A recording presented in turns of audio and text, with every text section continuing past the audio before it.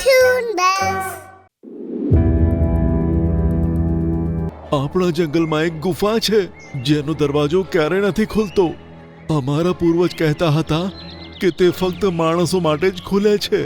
કોઈ જાનવર તેની અંદર જઈ શકતો નથી. સુંદરવનમાં હજુ શિયાળાની શરૂઆત થઈ હતી. સાંજના સમયે ધુમ્મસ છવાઈ ગયું હતું. ઠંડીમાં ધ્રુજતી ધ્રુજતી મેનકી ચકલી પોતાના માળામાં પાછી આવી. હે ભગવાન, હજી તો જાન્યુઆરીનો મહિનો પણ નથી આવ્યો અને ઠંડી કેટલી વધારે પડે છે. આગળ અમારું શું થશે? બીજી બાજુ છોટું હરણ જ્યારે તળાવે પાણી પીવા ગયો ત્યારે તેને પાણી બરફ જેવું લાગ્યું. અરે બાપરે, આટલું ઠંડુ પાણી, જીભ સુન્ન થઈ જાય છે. ઠંડીના કારણે બધા હેરાન થઈ ગયા અને બધાએ એક મીટિંગ રાખી. જુઓ મિત્રો, હજુ શિયાળો શરૂ પણ નથી થયો. ભર બપોરમાં પણ આપણી ઉપર તડકાની અસર નથી થતી. સીધી વાત છે કે આ વખતે શિયાળો ગયા વર્ષ કરતા ઘણો વધારે હશે. આ તો બહુ ખોટું થશે. ગયા વર્ષે પણ તળાવનું પાણી બરફની જેમ જામી ગયું હતું અને આપણા કેટલાય જંગલવાસી માર્યા ગયા હતા. બધા ચર્ચા કરતા જ હતા કે ત્યાં ઉપરથી એક ઝાડ અપંગ સારસ ઉપર આવીને પડી. અરે, આ ઝાડ ક્યાંથી આવી ગઈ? યસ, મેં પકડી પાડ્યો. ત્યાં જ સામેથી હાથમાં બંદૂક લઈને એક માણસ આવતો નજરે પડ્યો. ભાગો, આ તો શિકારી લાગે છે. તેને જોઈ જાનવરો આમ તેમ ભાગવા લાગ્યા. શિકારીએ સારસને ઉઠાવ્યો અને તેને લઈને નીકળી ગયો. પોતાની ઝૂંપડી પર પહોંચીને તેણે સારસને એક પાંજરામાં કેદ કર્યો. દુષ્ટ માણસો પોતાના સ્વાર્થ માટે અમારા જેવા જાનવરોનો સોદો કરે છે. હવે આ થોડાક પૈસા માટે મને કોઈ બીજા દુષ્ટ માણસને વેચી દેશે. ના સારસ, તું મને ખોટો સમજે છે. હું શિકારી નથી, હું તો મદન વેપારી છું. અરે, આવું કેમ શક્ય છે? તું માણસ થઈને મારી ભાષા કેવી રીતે સમજી શકે છે? વહાલા સારસ, હું અહીં સોનેરી મશરૂમની શોધમાં આવ્યો હતો. મારી પત્નીની તબિયત ખરાબ છે. હવે તે 10 દિવસ જ જીવતી રહેશે. અમારા ગામના વૈદ્યે કહ્યું હતું કે સુંદરવનમાં એક જગ્યાએ સુગંધિત સોનેરી મશરૂમ ઉગે છે. જો મારી પત્ની તેને 10 દિવસ માટે તેની પાસે રાખે તો એની બીમારી દૂર થશે. પછી મેં વિચાર્યું, આટલા મોટા જંગલમાં મશરૂમ ક્યાં શોધીશ? મને જાનવરોની ભાષા પણ સારી આવડે છે. તેથી મેં વિચાર્યું, કોઈ જાનવરને પકડીને તેને સોનેરી મશરૂમ વિશે પૂછું અને પછી તેને આઝાદ કરી દઈશ. પણ મદનભાઈ, મને કોઈ સોનેરી મશરૂમ વિશે ખબર નથી. ત્યાં જ દરવાજામાંથી રામુ હાથી, કાલુ ગેંડો, મોટું વાંદરો અને છોટું હરણ અંદર આવ્યા. સારસ, અમે તને બચાવવા આવ્યા છીએ. ગેંડાએ મદનને એવી ટક્કર મારી કે તે દૂર જઈને પડ્યો.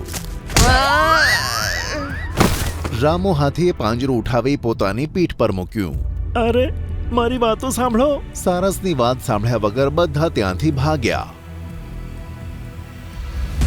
અને ઘણે દૂર એક જગ્યાએ જઈને રોકાયા જ્યાં બીજા જાનવરો હાજર હતા.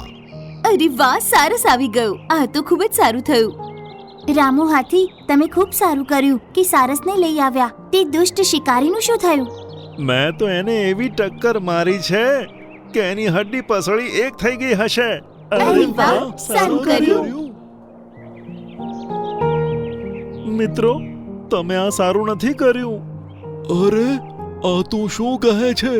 ખબર નહીં તે તારી સાથે શું કરવાનો હતો. તે કોઈ શિકારી નથી, તે મદન વેપારી છે અને તે આપણા જંગલમાં સોનેરી મશરૂમની શોધમાં આવ્યો છે. આમ કહી સારસે બધા જાનવરોને બધી વાત કહી દીધી.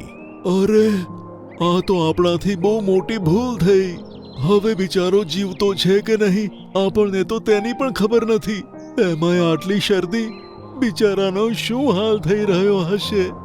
ભલે ગમે તે હોય, આપણા કારણે તેને વાગ્યું છે તો એને બચાવવાની જવાબદારી પણ આપણી છે. બધા જાનવર ભેગા થઈ તેની ઝૂંપડી પાસે પહોંચ્યા. મદન ખૂબ જ ખરાબ હાલતમાં હતો. તેનું ઘણું બધું લોહી વહી ગયું હતું. બધા જાનવર તેની સેવામાં લાગ્યા. મોટું વાંદરાએ જડીબુટીઓ તૈયાર કરી અને તેનો લેપ તેને લગાવ્યો. 3 દિવસ સતત તેની સેવા કરી અને પછી તે ભાનમાં આવ્યો. અમને માફ કર મદન. અમે વિચાર્યું હતું તું એક શિકારી છે જે અમને પકડવા આવ્યો છે. કંઈ વાંધો નહીં, હવે હું ઠીક છું. પણ તમારામાંથી કોઈને પણ તે સોનેરી મશરૂમ વિશે ખબર નથી? મને તો આનું આશ્ચર્ય થાય છે. રાત પડવાની સાથે ઠંડી ખૂબ જ વધી ગઈ. બધા જાનવર તે જ જગ્યાએ રોકાયા.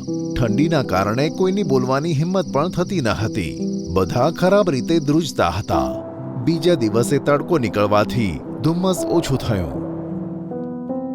આખી રાત ઠંડીના લીધે તળાવે જવાની પણ હિંમત થઈ રહી નથી. ચલો સાથીઓ, તળાવે જઈને થોડું પાણી પી લઈએ. બધા જાનવર અને મદન તળાવે પહોંચ્યા. ત્યાં જ બધાની આંખો હેરાનીથી ફાટી ગઈ. આ શું? તળાવનું પાણી તો બરફ બની ગયું છે. જેની બીક હતી તે જ થયું. હવે આપણે પાણી વગર કેવી રીતે જીવતા રહીએ? આ વખતની ઠંડી તો મારી નાખશે. તમે મારો જીવ બચાવ્યો છે. હું પણ તમને કંઈ થવા નહીં દઉં અને તમારી મુશ્કેલી પણ દૂર કરીશ. એકવાર પેલું સોનેરી મશરૂમ મળે પછી તમારી સમસ્યા પણ દૂર થઈ જશે. પણ અમારામાંથી કોઈને ખબર નથી કે તે સોનેરી મશરૂમ કયા ખૂણામાં ઉગે છે. આના પર મદને કંઈક વિચાર્યું અને બોલ્યો, શું જંગલમાં એવી કોઈ જગ્યા છે જ્યાં આજ સુધી કોઈ નથી ગયું? અરે હા, યાદ આવ્યું. આપણા જંગલમાં એક ગુફા છે જેનો દરવાજો ક્યારે નથી ખુલતો. અમારા પૂર્વજ કહેતા હતા કે તે ફક્ત માણસો માટે જ ખુલે છે. કોઈ જાનવર તેની અંદર જઈ શકતો નથી. મને અત્યારે જ ત્યાં લઈ જાઓ. અને પછી રામુ હાથી મદન સાથે ગુફા પર પહોંચ્યો. જેવો મદન તે ગુફાની સામે આવ્યો કે દરવાજો એની મેતે ખુલી ગયો અને તેની અંદર સોનેરી પ્રકાશ જોવા મળ્યો. સોનેરી પ્રકાશ? નક્કી આ ગુફામાં તે મશરૂમ હશે. આમ કહી મદન ગુફાની અંદર જતો રહ્યો અને ઘણા સમય પછી બહાર આવ્યો. તેના બંને હાથમાં મશરૂમ હતા જે સોનાની જેમ ચમકતા હતા. તેમાંથી સુગંધ નીકળતી હતી. અરે વાહ, આ તો કેટલા સુંદર દેખાઈ રહ્યા છે. જલ્દી ચલો રામો હાથી, સમય ખૂબ ઓછો છે. બંને જણા તે તળાવે પહોંચ્યા કે જ્યાં જાનવરો અધમરા થઈને જમીન પર પડ્યા હતા. દોસ્તો, હવે બધું ઠીક થઈ જશે. આમ કહીને મદને એક મશરૂમ જમીન પર મૂકી દીધું. ધીરે ધીરે બરફવાળું તળાવ હવે પાણી બની ગયું અને વાતાવરણ પણ ગરમ થઈ ગયું. અરે વાહ, મોસમ બદલાઈ ગયો મિત્રો. બધા જાનવરોએ તળાવમાંથી પાણી પીધું અને તેમના જીવમાં જીવ આવ્યો. તમને બધાને સહી સલામત જોઈ મને સારું લાગી રહ્યું છે. પણ આ જાદુ થયું કેવી રીતે? જો કે વૈદ્યએ મને એ પણ બતાવ્યું હતું કે આ મશરૂમ સોનેરીની સાથે જાદુઈ પણ છે. તેમાંથી જે જાદુઈ સુગંધ નીકળે છે ને તે શરદીમાં ગરમી અને ગરમીમાં ઠંડી હવાના રૂપે ફેલાય છે. એનો મતલબ છે હવે તમને બધાને શરદી અને ગરમીની ઋતુમાં કોઈ તકલીફ નહીં થાય. આ સાંભળી બધા જાનવર ખુશીથી ઉછળી પડ્યા. અરે વાહ! તમારો ખૂબ ખૂબ આભાર મદન વેપારી. ચલો, હવે હું જાઉં છું. મારી પત્નીનો જીવ બચાવવાનો છે. ફરીથી જરૂર આવજે મિત્ર.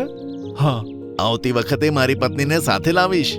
આમ કહી મદન ત્યાંથી જવા લાગ્યો અને બધા જાનવરો હાથ ઉઠાવીને તેને ટાટા કહેવા લાગ્યા.